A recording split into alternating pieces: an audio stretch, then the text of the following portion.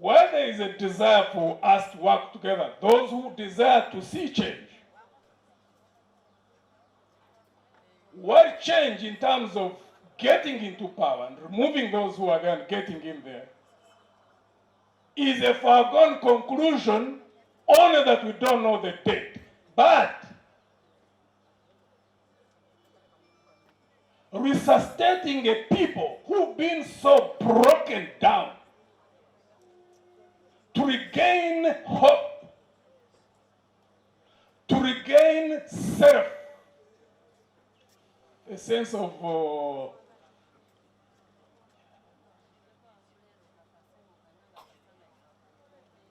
self-worth, self-worth, self-worth. Because that's also another area where General Museveni has worked systematically to break down the people. Their sense of self-worth, the majority of them is gone. And yet, the strength of a country is never on infrastructure. He keeps talking about roads, he talks about dams, he talks about electricity. Libya had more than we have. Iraq had more than we have. Sudan had more than we have. But where is that infrastructure in all those countries? But back that point, and we really need to work on it every moment that we have. When you find a leadership which breaks down a people, I have said this, I keep saying it over and over until it sinks in people's consciousness.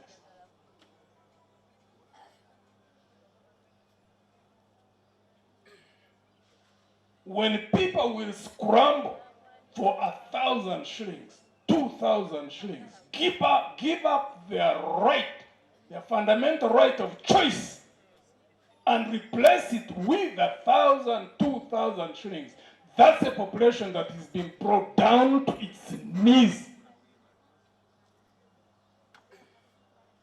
Countries which prosper, see countries which are almost like us, same level of development. They went through challenges. Countries like Vietnam. We see countries which have developed so fast, like South Korea, like Singapore. It's not only just leadership, it's also the people. People who are proud of themselves. Because when people are proud of themselves, when they have that sense of self-worth, several things happen. Innovativeness accrues from that. People cannot do things when they feel as if they are nothing. And that's what General Museveni has done to our people when you look all over the country. He started with the local people. Now he has gone up the ladder. He has gone in the territory of the leaders and also broken them down to a point where a number of them are being bought as if they are goods in markets. People's Front for Freedom, PFF, People's Front for Freedom, PFF. We congratulate you for what you have achieved today to launch PFF. The struggle for freedom is a permanent and continuous process. It's unfortunate that today the party is being launched. First, we thank you for inviting us.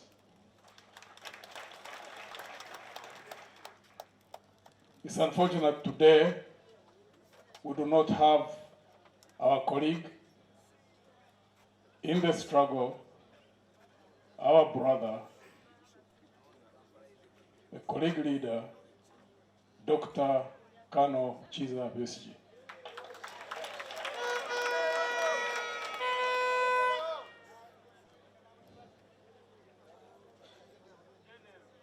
It's unfortunate that we don't even have a government that observes the Constitution. Whatever charges were put against Dr. Chiza Besigye and our other colleague Haji Obed Rutare, whatever charges were put against them, whatever the processes of trial and anything else, whatever the problems that there are in that process. But there is a constitutional provision that if anybody serves 180 days,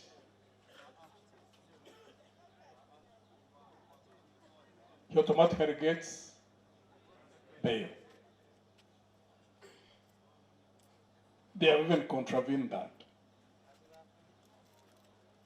But the struggle has to continue until all our colleagues, not only Dr. Chiza Besige and Obedi Rutare, but all other colleagues in the struggle who are in prison in various places in this country. There are many young people of NUP who are in prisons all over. Many of opposition parties, some don't even have parties. They are there in prisons. That struggle has to continue. We thank the lawyers who have sustained that effort. The leader of PFF, Honorable Mlodi, Elias Lukwago, we thank you for the effort that you have consistently put up. May the Lord give you strength and resilience to continue with all the teams of leaders, national as well as regional and international, to pursue that until freedom of our colleagues is achieved. We've come here as a delegation. You have seen 5 of us. We are 8. Those of you who may recall what happened last week, I think, last week when we signed the Memorandum of Understanding. There is the central body of this cooperation under the MOU called the Common Ground Council, and it has 8 from PFF, 8 from Alliance for National Transformation. Here, as we've been introduced, we are 5. There are 3 colleagues who are not around. Honorable Cassiano Wadri, who's in West Nile, is not been able to come.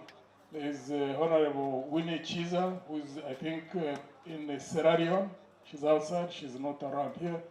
And the 8th one is Ambassador Ide Sempala, who's not here. Our apologies on their behalf.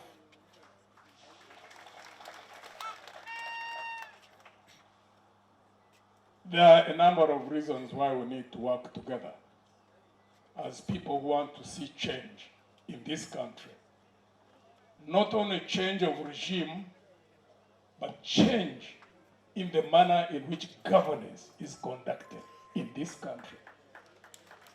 Because we've been in a vicious cycle for 60-something years.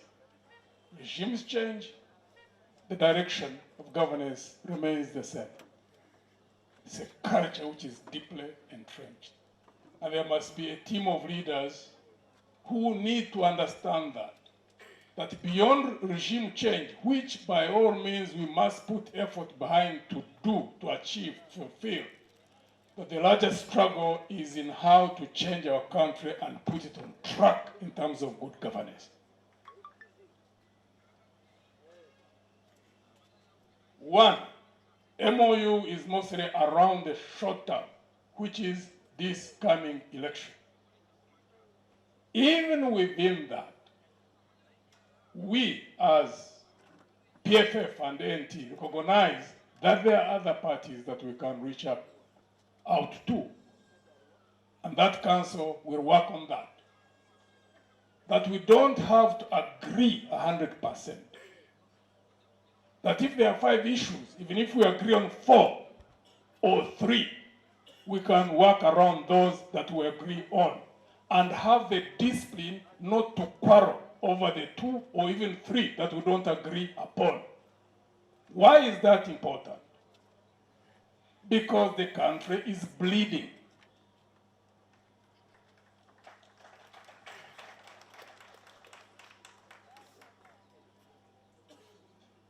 Many of you are young here, even by demographics in the country. Under 35 are 75%. So many of you did not have the misfortune of going through turmoil that we've gone through as a country. It's not only Uganda. When politics goes off track, a lot of wrong things can happen.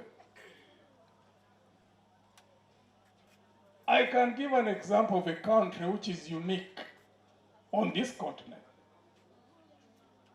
In fact, we have our troops there. Somalia. Somalia are literally the same people. They speak the same language. They are culturally the same. In terms of religion, 99 point something are Muslims. So they don't even have religious differences in Somalia. But they broke down. So their breaking down was not because of strife, religious strife, nor was it ethnic strife. Their strife originates from clans. You can imagine. Clans.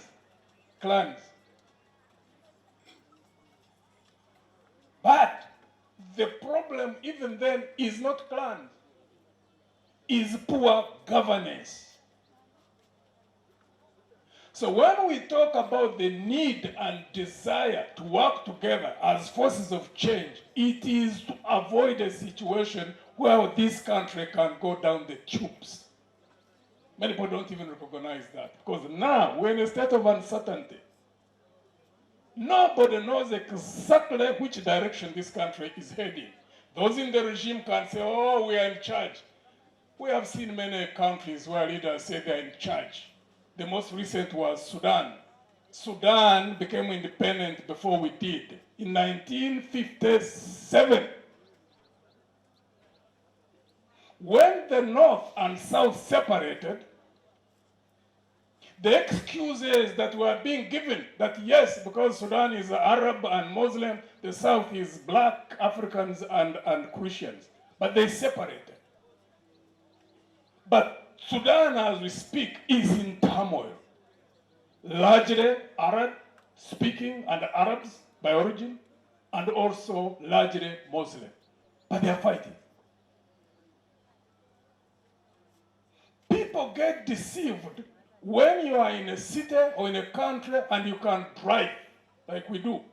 People in Mugisha, people go all over the place, except those who are targeted politically. Otherwise, you can drive all over the country. Even in Sudan, that was the case until it imploded. So even when you see seeming stability in a country, to be sure that that stability is permanent and continuous, you need to look below the surface. If there are fissures, you need to pay attention to those fissures. And in this country, you see seeming stability on the surface. Beneath the surface, there are dynamics which could just lead in any direction. That's why the need to work together is therefore critical. Even those other formations that desire to see change in this country, there are things which we need to work on together, even if we didn't reach a point of signing memorandum of understanding. How so? Countries are not held together by mortar, walls, or by fences. Countries are held together by hope in the future, by common purpose.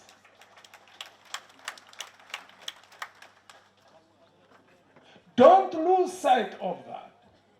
Because in a situation where countries implode, the ruling party is normally the one which implodes, and it implodes with the state. In that situation, there needs to be people who may not necessarily be part of governance, who are outside but speak the same language. What holds the people together is the common language of hope.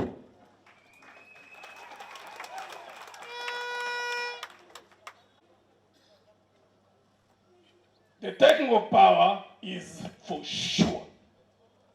I can't put my finger onto it, the day. But one thing I'm certain about, taking power, we will, by God's grace, take power in this country. That's not the main issue, though. Because even when you take power, how you use it, how you manage it is the most critical thing.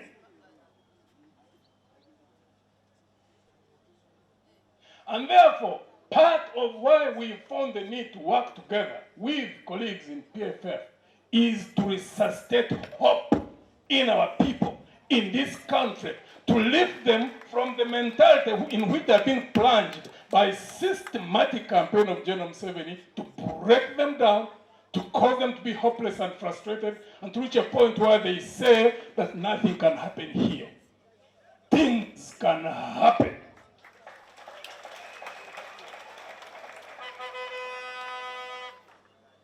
Because though General Museveni, certainly as a sitting president, he holds power over the army, security services, and other institutions certainly which have broken down, incidentally, but he does not have control, nor is he in charge of the dynamics of change. Dynamics of change always create their own life, and nobody can stop them. People who are observant, people who are able to analyze things deeply, you can see the dynamics of change at work. They may be slow, but they are relentless. That's why you see someone like Mugabe, whom everybody thought was in charge, and they were saying, Mugabe, where can Mugabe go? You saw what happened. Always. And therefore, we thank God that we were able to regroup.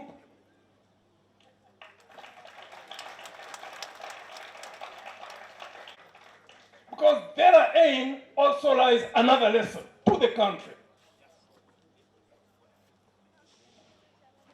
General Museveni over time has consciously, deliberately, and in a systematic way created a state of being in our country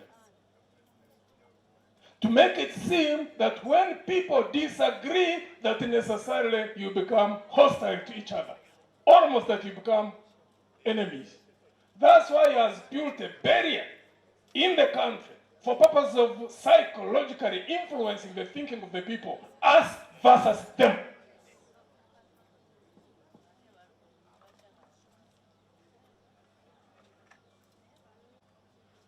He's good at deception. There's no doubt about that. You have to give it to him. He's thorough at deception. Because he knows that when you have the people who are disempowered, when you have the people who have lost hope, when you have the people who have got frustrated, it is easy to control them and manipulate them.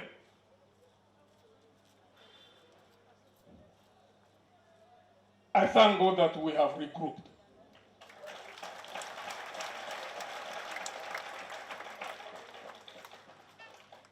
Because it must signal the population that you may have disagreements, but you don't have to be hostile to one another. You don't become enemies.